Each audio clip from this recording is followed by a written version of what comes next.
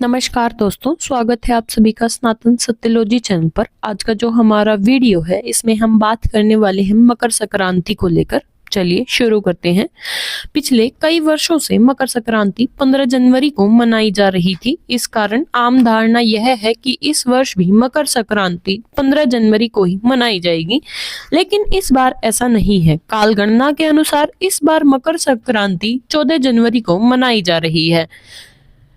इस वर्ष भारतीय पंचांग के अनुसार कुछ वर्षों के बाद 14 जनवरी को मकर संक्रांति मनाई जाएगी। माघ कृष्ण प्रतिपदा को सूर्योदय से सूर्यास्त तक मकर संक्रांति का पुण्य काल माना जाएगा। वेदांग ज्योतिष के अनुसार संक्रांति का पुण्य काल मनाने के लिए दो प्रावधान है। पहला 20 दंड 8 घंटे संक्रांति होने से पहले और 8 घंटे तक पुण्य काल माना जाता है। इस आधार पर 14 जनवरी प्रातः 6:02 से रात्रि 9:58 तक पुण्य काल है। दूसरा 40 दंड यानी कि 16 घंटे संक्रांति होने से पहले और 16 घंटे बाद में पुण्य काल माना गया है। इसके आधार से दिनांक 13 जनवरी सोमवार रात्रि 12:02 से दिनांक 15 जनवरी शेष रात्रि 6:02 बजे तक पुण्य काल माना गया है। शास्त्रीय विचार के अनुसार मंगलवार 14 तारीख को ही स्नान, तर्पण, दान, भोजन का महत्वपूर्ण समय माना गया है। साथ ही इस दिन महत्वपूर्ण महाकुंभ सत्य स्नातन समागम का प्रथम शाही स्नान 14 तारीख मंगलवार को ही होगा। तीर्थराज प्रयाग में 6 वर्ष पर अर्ध कुंभ और 12 वर्ष पर कुंभ और 12 कुंभ अर्थात 144 वर्षों पर महाकुंभ हो रहा है। मकर संक्रांति यदि माघ महीने में होता है तो अधिक फलदायक होता है। इस पावन अवसर पर दान करने का विशेष महत्व माना जाता है। इस दिन दान करने से सूर्य देव की विशेष कृपा व्यक्ति को प्राप्त होती है। मकर संक्रांति पर स्नान, दान और तर्पण का विशेष महत्व है। इस दिन चूड़ा, दही, तिलवा, चावल, दाल, सब्जी, कंबल, जलावन, पुस्तक, डायरी, पंचांग दान करने का उल्लेख धर्म शास्त्रों में मिलता है। हर साल मकर संक्रांति का त्योहार देश भर में बेहद उत्साह के साथ मनाया जाता है। इस पर्व को नई ऋतु और नई फसल का भी संकेत माना जाता है। मकर संक्रांति के दिन देवी देवताओं की पूजा की जाती है। इस बात का उल्लेख पुराणों में देखने को मिलता है। इस खास दिन पर सूर्य देव को अर्घ्य और पूजा अर्चना करना बेहद शुभ माना जाता है। साथ ही शुभ मुहूर्त में पवित्र नदियों में स्नान भी व्यक्ति को इस दिन करना चाहिए। इसके अलावा श्रद्धा अनुसार मंदिर या गरीब लोगों में दान भी करना चाहिए। धार्मिक मान्यता है कि इन कामों को करने से सूर्य देव की कृपा से सुख व समृद्धि में वृद्धि होती है और जीवन में सकारात्मक बदलाव देखने को मिलते हैं। अगर आप सूर्य देव को प्रसन्न करना चाहते हैं तो इसके लिए मकर संक्रांति के दिन स्नान करने के बाद सूर्य देव को अर्घ्य अर्पित करें और विधि पूर्वक उपासना करें। इसके बाद दान भी अवश्य करें। अगर आप जीवन में अन्न धन की कमी नहीं चाहते हैं तो मकर संक्रांति के दिन अनाज का दान करें। अनाज को और भोजन को देवी मां अन्नपूर्णा का माना जाता है। धार्मिक मान्यता है कि मकर संक्रांति के दिन अनाज का दान करने से हमेशा अन्न और धन के भंडार व्यक्ति के भरे रहते हैं।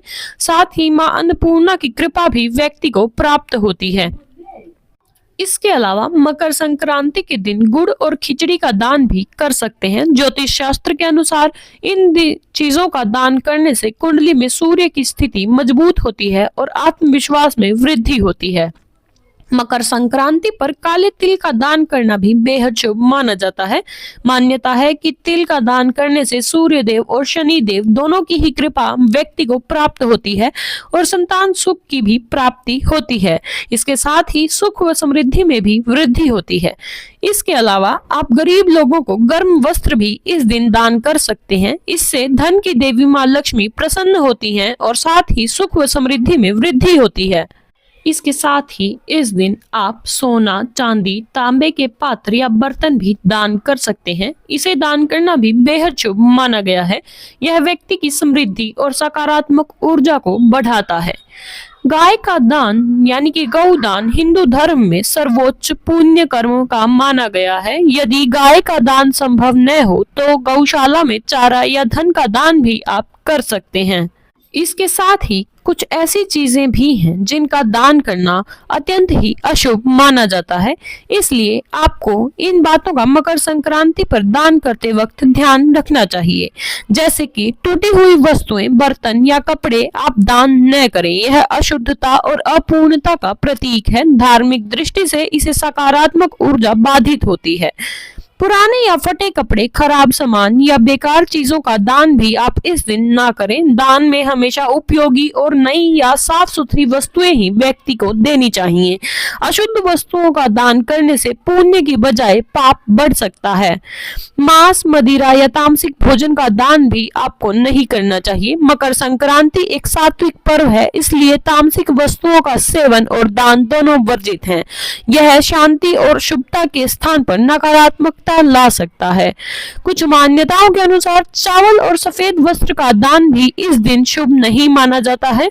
ये वस्त्र और अनाज चंद्रमा से संबंधित माने जाते हैं, जो सूर्य की ऊर्जा से मेल नहीं खाते हैं।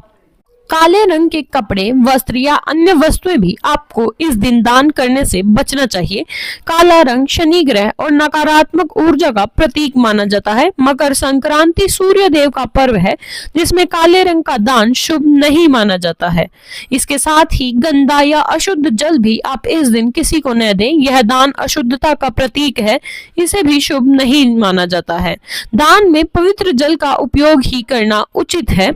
लोहे से बनी वस्तुएं दान करने से बचें, शास्त्रों में इसे अशुभ माना गया है। इसके बजाय तांबे या पीतल की वस्तुएं आप दान कर सकते हैं। इसके साथ ही दान के समय आप अधूरी या असंतुलित सामग्री दान ना दें, जैसे केवल एक तरफ जोड़ी का कपड़ा या अधूरी वस्तुएं। यह अशुभता और असंतुलन का प्रतीक होता है। उम्मीद है आपको हमारी यह जानकारी पसंद आई होगी। कृपया हमारे चैनल को लाइक व सब्सक्राइब करना न भूलें। हर हर महादेव।